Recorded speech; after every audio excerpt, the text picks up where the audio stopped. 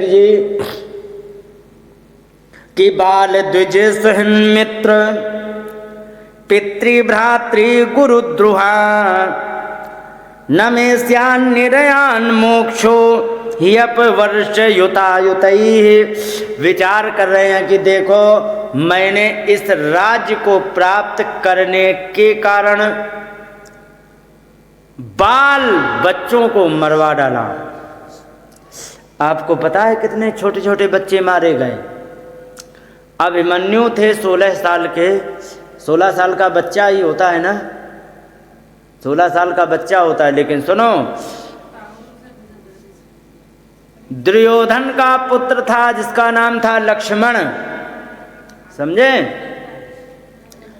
दुर्योधन के पुत्र का नाम था लक्ष्मण, जिसकी आयु थी मात्र 13 वर्ष।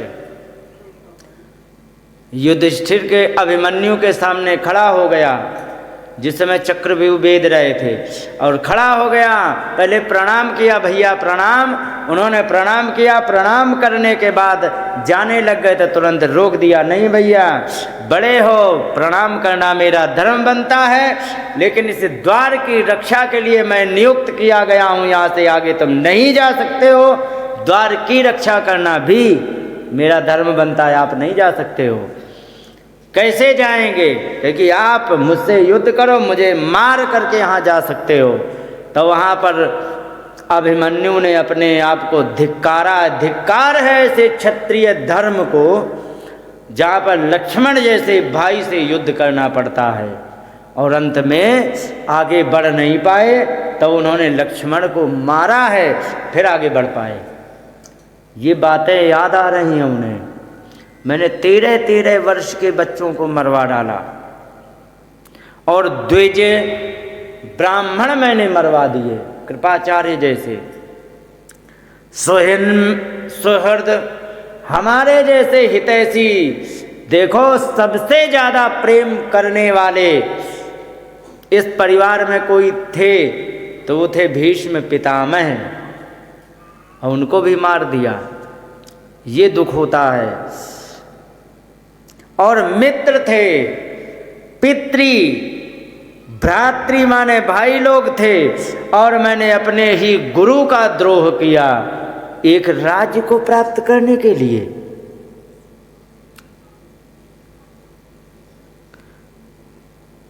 उन्होंने कहा कि न मे स्यान् निर्यान् मोक्षो, मुझे नरक से मुक्ति भी नहीं मिलेगी, ऐसा मैंने अपराध किया है।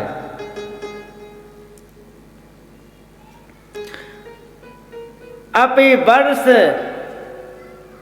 अयुत अयुत वर्षायुतायुतैः, अयुत गुणा अयुत 10,000 गुणा 10,000 कितना होता है? गणित है? 10,000 गुणा 10,000 1 करोड़, माने करोड़ों वर्षों तक नरक से मैं नहीं छूट पाऊंगा।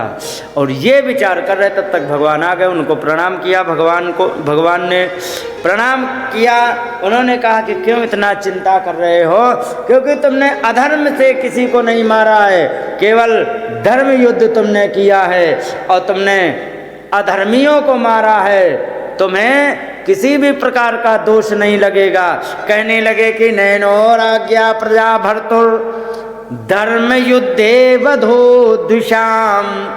धर्म युद्ध में द्वेषी माने अपने प्रतिपक्ष से युद्ध करके उनको मार देने से, इति में बोधाय कल्पते शासनम बचा।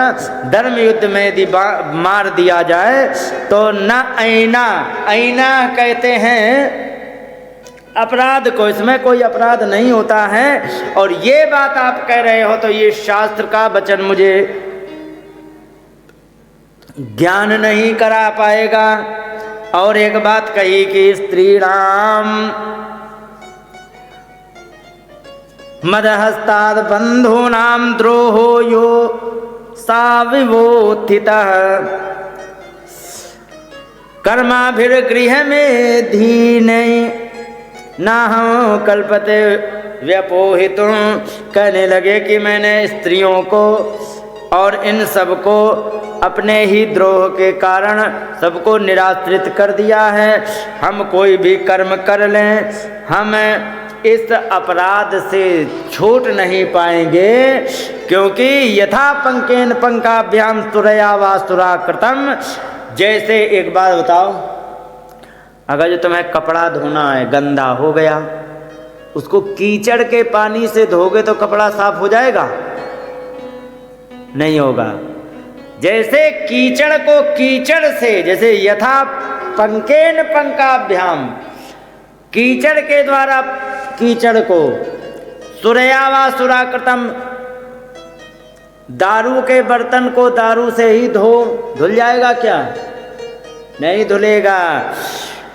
भूत हत्या तथैवैकम न यज्ञम आष्टुमर्हसि, और जो जीवों की जो मैंने हत्या की है, इसको यज्ञ से तो हम इस अपराध से कभी छूट ही नहीं सकते हैं।